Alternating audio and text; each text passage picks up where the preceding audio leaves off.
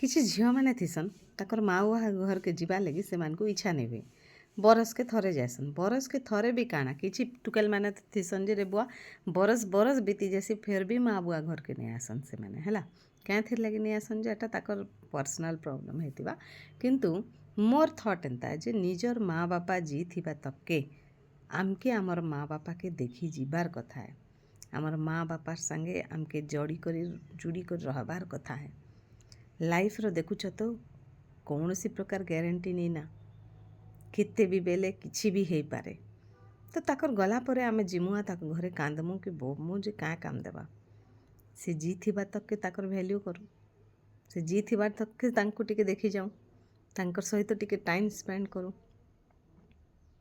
केतेटा झील थीसन जे माँ बापा घर के आसवा लगे से माने हजारटा विषय भाबा लगे पड़से मुई जन को जानिछे जे से केबे भी तांकर माँ बापा घर नहीं जन मुई दिने तांको पचराली मोर देवरानी जने लागबे पचराली तांको जे तुमको तुम माँ बापार सोर नहीं लगे तुम्हें नहीं जाओ जे पूरा वर्ष बीतीगला ना मुई जो कथा ना कि करीबन 5-6 वर्ष होता से तार माँ बापा घर के नहीं जाइए तो से झील कहले मत इच्छा लगले क्या बा नानी तुम दिहर तो नहीं कर नहीं जन ए भाई मोर दिहर अलग काम लगे तो तुम कथा मानसन तुम माँ बापा घर के जीवा लगे तुम कथा नहीं मान